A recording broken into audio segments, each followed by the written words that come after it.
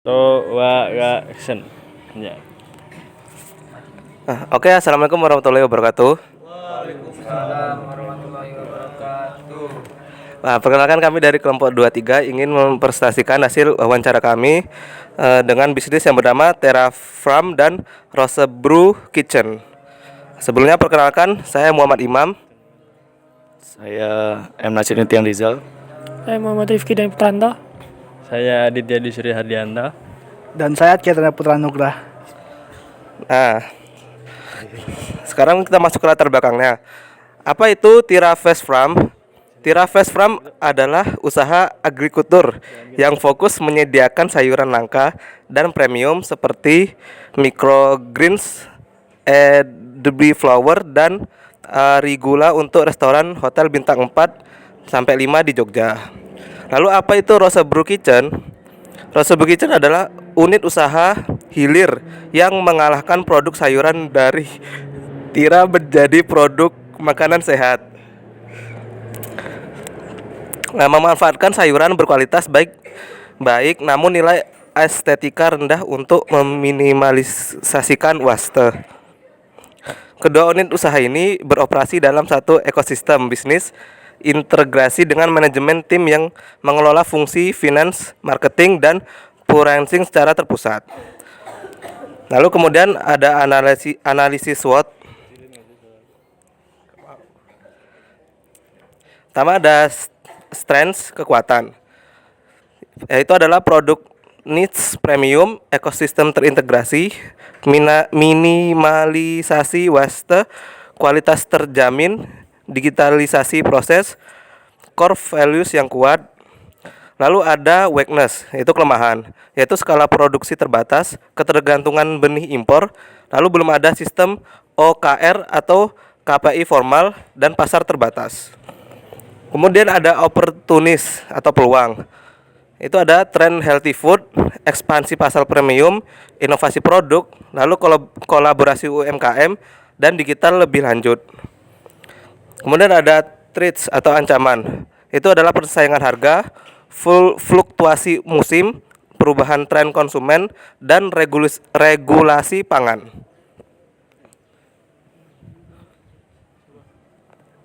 Oke, selanjutnya saya akan menjelaskan tentang Porter Five Forces.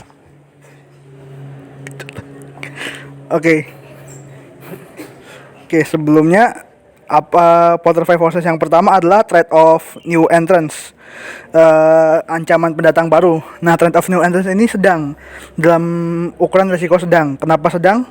Karena modal usaha ini itu relatif besar untuk teknologi pertanian modern dan membutuhkan keahlian khusus dalam budidaya sayuran premium. Tambah lagi akses ke pasar premium memerlukan reputasi dan kualitas yang telah terbukti. Lalu threat of substitutes, ancaman terhadap pengganti. Nah, ancaman terhadap pengganti ini tinggi. Kenapa tinggi? Karena sayuran konvensional sebagai pengganti dengan harga yang lebih murah, produk organik dan dari kompetitor lain, dan juga makanan sehat alternatif seperti buah, smoothie, dan lain-lain. Nah, lalu ada lagi bargaining power of buyers. Nah, bargaining power of buyers ini tinggi. Kenapa? Karena hotel dan restoran premium itu memiliki standar kualitas yang memang tinggi. Lalu pelanggan sensitif terhadap konsistensi, kualitas, dan juga pengiriman. Tidak hanya itu, banyak juga pilihan supplier sayuran selain Tirafest Farm. Nah, lalu bargaining power of suppliers itu malah rendah. Kenapa rendah? Karena banyak pilihan supplier untuk input produksi. Tidak hanya itu, tidak ada ketergantungan pada satu supplier saja.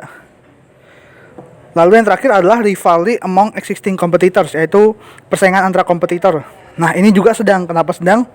Karena pasar sayuran premium itu masih terbatas. Lalu diferensiasi produk juga menjadi kunci persaingan. Dan terakhir itu, usaha ini berfokus pada kualitas dan layanan. Nah, selanjutnya ada customer segmentation. Sebentar. Nah, pertama itu ada demografisnya ya.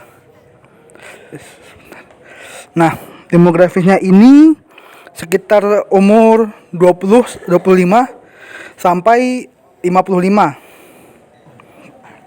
Tidak hanya itu, demografis juga mengincar profesi chef, pemilik restoran, dan juga hotel manager dengan pendapatan menengah ke atas dan pendidikan minimal S1 atau setidaknya mengerti apa itu kualitas premium. Nah, lalu untuk geografis itu yaitu mereka primernya itu di Yogyakarta dan sekitarnya, yang berarti Jawa Tengah dan Jawa Timur. Lalu targetnya itu hotel bintang 5 dan juga restoran fine dining, karena target ini yang menggunakan sayuran-sayuran premium seperti microgreens.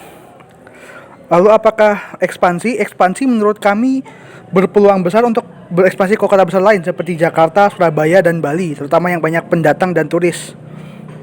Lalu psikografis kami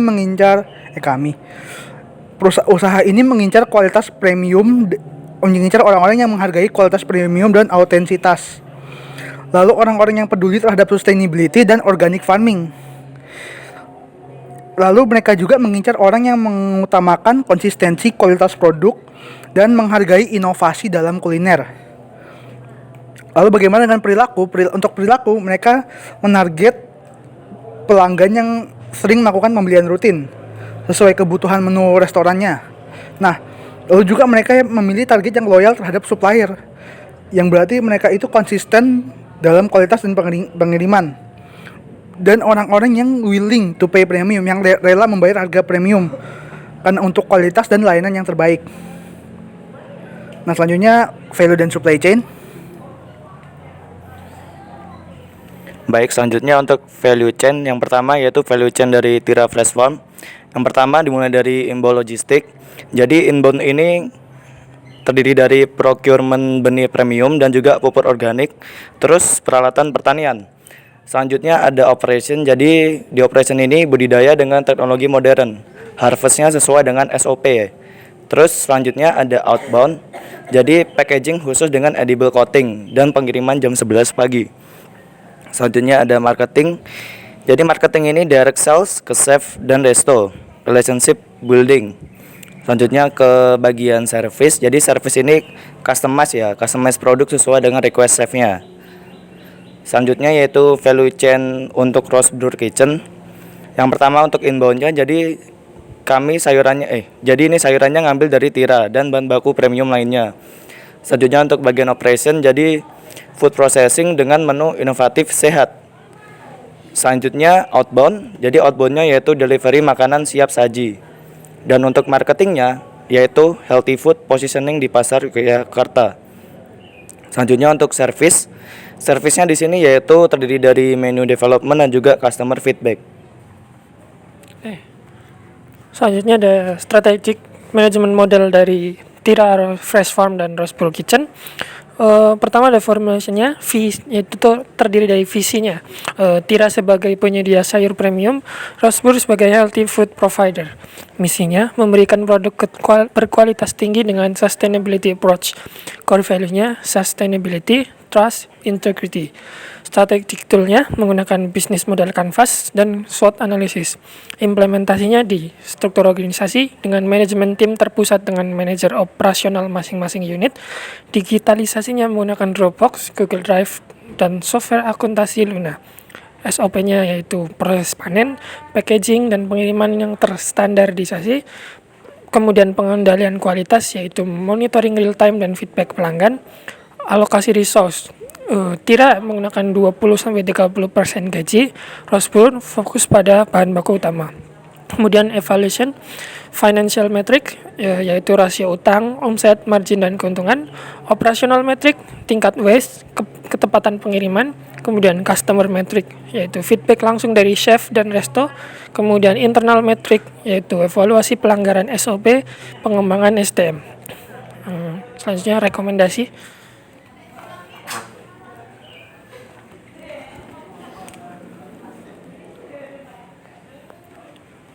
Oke, yang selanjutnya yaitu rekomendasi strategis. Yang pertama ada evaluasi kinerja. Evaluasi kinerja ada formalisasi sistem OKR atau KPI agar target lebih terukur dan akuntabel.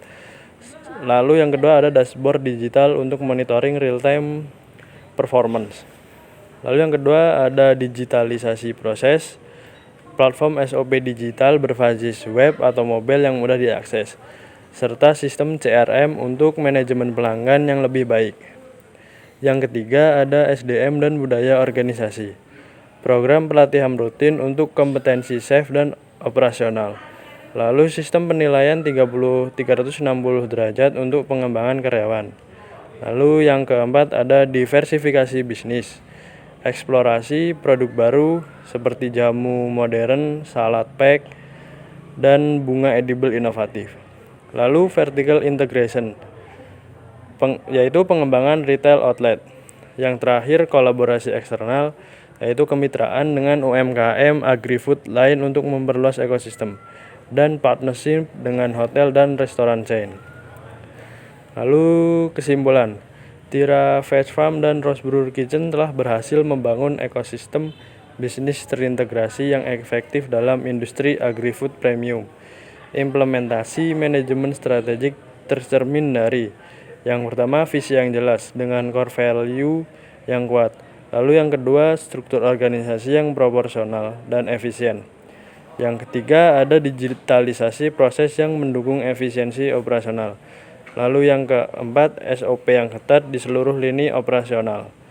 Lalu yang kelima sistem evaluasi melalui indikator keuangan dan kepuasan pelanggan.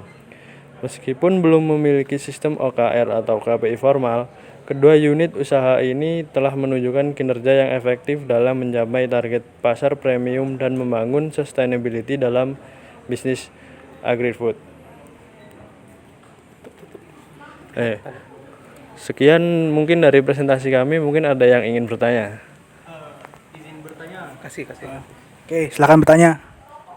Oke, saya ingin bertanya, nama Liswan Saifullah. Saya ingin bertanya, sayuran langka seperti apa dan kenapa lebih dipilih sama hotel dan restoran bintang 4 dan 5? Begitu pertanyaan saya serahkan. Oke, terima kasih pertanyaannya Kak Liswan Saifullah. Pertanyaannya bagus. Oke, seperti apa sayuran premium? Nah, sayuran premium ini yang dimaksud ini seperti sayuran-sayuran bumbu yang biasa dipakai di masakan barat seperti rosemary, parsley, oregano. Nah, kenapa ini lebih dipilih oleh hotel-hotel premium? Karena kebanyakan hotel premium dan restoran premium itu menyediakan makanan barat seperti steak, pasta, dan beragam. Nah, makanan-makanan itu menggunakan bumbu-bumbu yang dari sayuran premium ini, dari sayuran rare dan premium ini. Nah, itu kenapa apa saja sayuran premium yang ditanam dan kenapa hotel-hotel dan juga restoran lebih memilih sayuran premium ini daripada sayuran lainnya. Oke, apakah ada pertanyaan lagi? Oke. Mas Faris dulu. Oke, perkenalkan nama saya Faris Amar Faisal. Sini saya akan menanyakan tentang ini benih impornya tuh dari mana sih dan kenapa benihnya tuh harus impor? Oke, sekian pertanyaan saya. Terima kasih atas pertanyaannya Kak Faris Amar Faisal. Oke, untuk pertama itu benihnya itu mereka ngambil dari Belanda. Nah, terus kenapa mereka ngambil dari Belanda ini? Karena kualitasnya.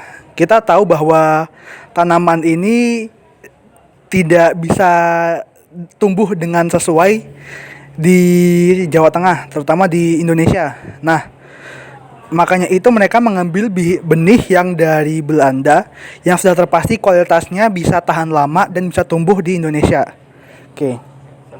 Oke, silakan Mas baju putih. Jadi sayurannya ini organik nggak sih? Namanya Mas? Nama saya Muhammad Rili Aidan Subakti. Nah, terima kasih atas pertanyaannya. Ya, sayuran ini 100% organik ya. Karena kalau bukan organik berarti ini bukan sayuran, ini plastik. Terima kasih. Oke, sudah itu aja atau masih ada lagi? Oke, terima kasih atas perhatiannya. Assalamualaikum warahmatullahi wabarakatuh.